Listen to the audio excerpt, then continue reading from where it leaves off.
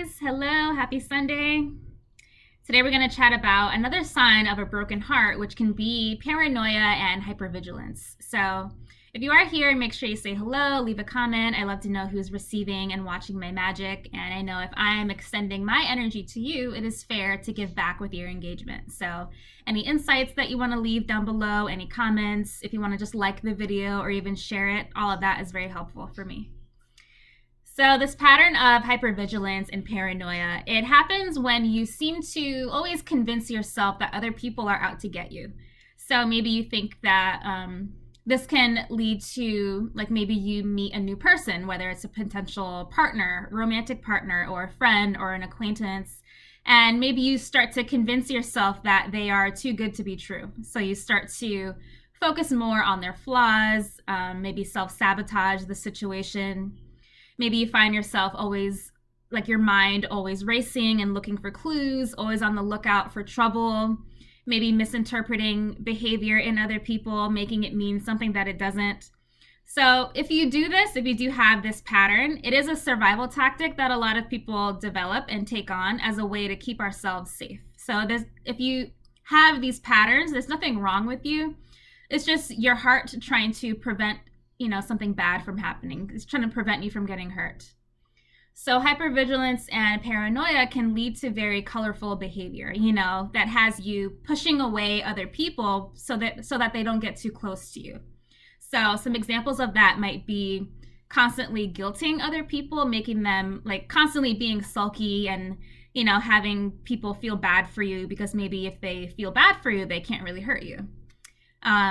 It can lead to being really passive aggressive. So maybe the reason behind that might be you keeping other people always guessing about how you think.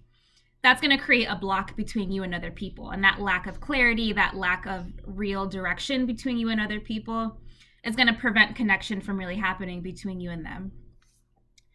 It can have you avoiding real intimacy and kind of focusing more on, like, superficial romance and love bombing or maybe casual flings, because that person can't really hurt you if there's nothing real there to begin with.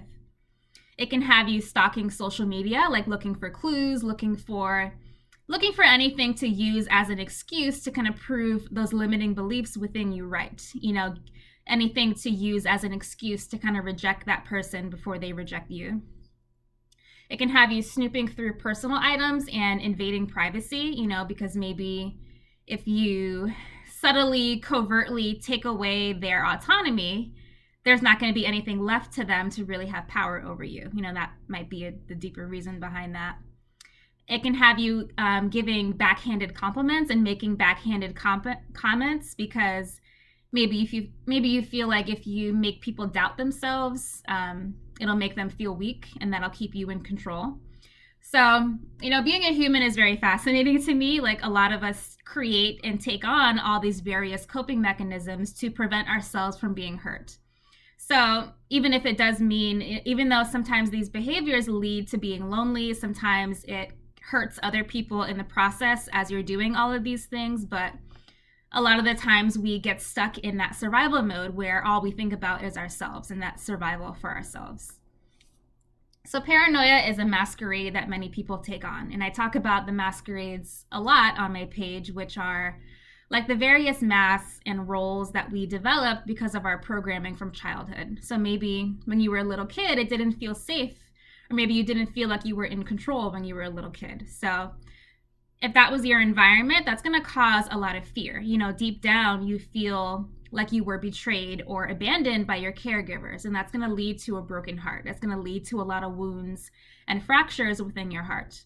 So having that in you, like having that feeling of pain and betrayal in your heart, is going to have you constantly being on edge. It's going to have you always rejecting people before they reject you. It's going to have you being really passive, being really sulky, all as an attempt to try to stay safe and to try to keep yourself in control in the situation. So the one that I can relate to the most was fearing that I was going to be abandoned. So it was really hard for me to trust people for a long time because deep down I felt like they were going to leave anyway. So I had deep beliefs that nobody was going to really show up for me in the way that I wanted to. And that had me always on edge, always hypervigilant, always like kind of paranoid that people were going to leave. Sometimes it had me latching onto and, anxiously chasing partners because, having that deep fear that they were going to leave. It had me like sabotaging any kind of connection or intimacy between other people because I felt, deep down, I felt like I really wasn't worthy of it to begin with.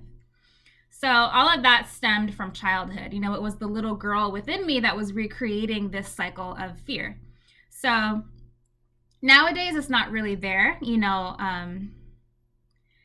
I've been able to, I don't really feel myself being paranoid about other people leaving anymore because I've been able to melt away those limiting beliefs and really imprint my energy field with that belief that I'm always supported, that I'm always loved, and that I am safe no matter what.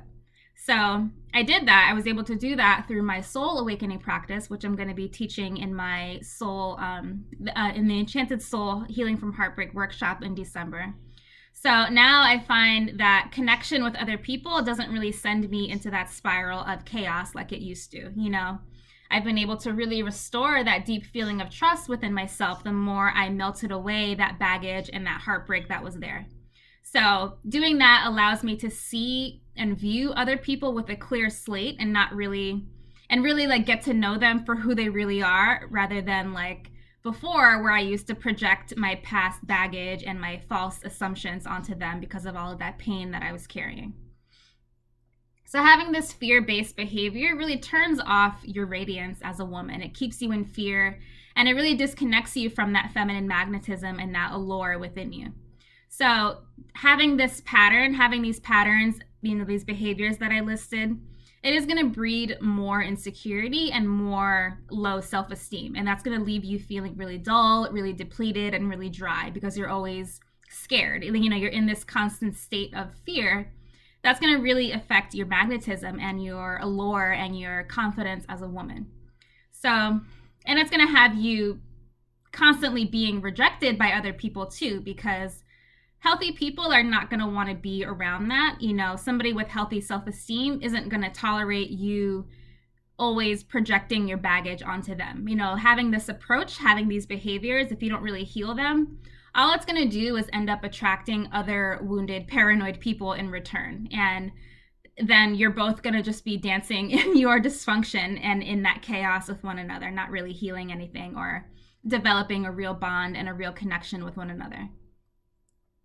But you can get to a point of real confidence and self-trust. There is an aspect of you that's in a lot of pain that you have to reclaim.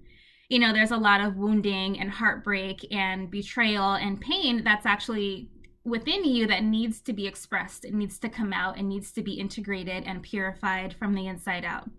And when you can illuminate the real message that your soul is trying to tell you, when you actually know how to listen to what's going on within you, that's going to be the key to awakening your power. When you really begin to see underneath all of this surface level behavior, that's going to be the key to you melting away that insecurity, melting away that paranoia and that baggage, and really restoring yourself back to that feeling of self-trust and power and confidence.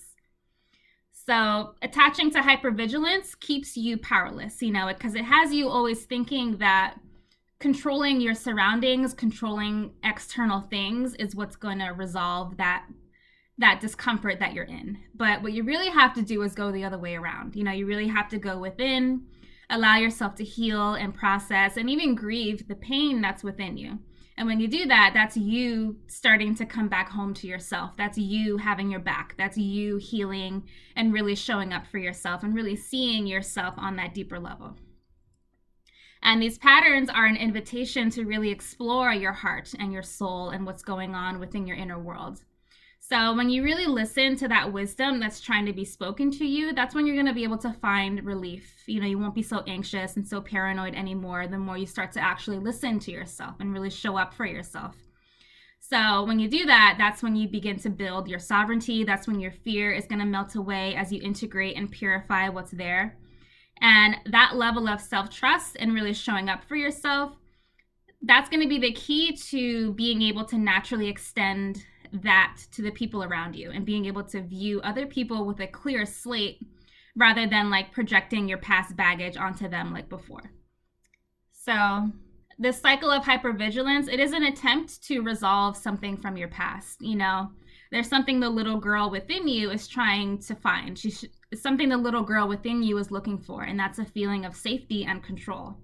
But you're not going to find that outside of yourself. You really do have to go within and transform from the inside out and give yourself and meet those emotional needs yourself first. And when you do that, when you go within, when you lift that anchor, when you clear out that baggage, when you purify that debris, that's going to help you breathe again and really build that self-trust and become more open and more trusting to life and to other people. So that's the work we'll be doing within the Enchanted Soul Healing from Heartbreak workshop on December 20th. And I'm going to teach you my signature soul awakening practice. And that was created and designed to help you get to the root of your core traumas that are causing these patterns for you, and really heal those traumas, reparent your inner child so she's not constantly on edge looking for threats anymore.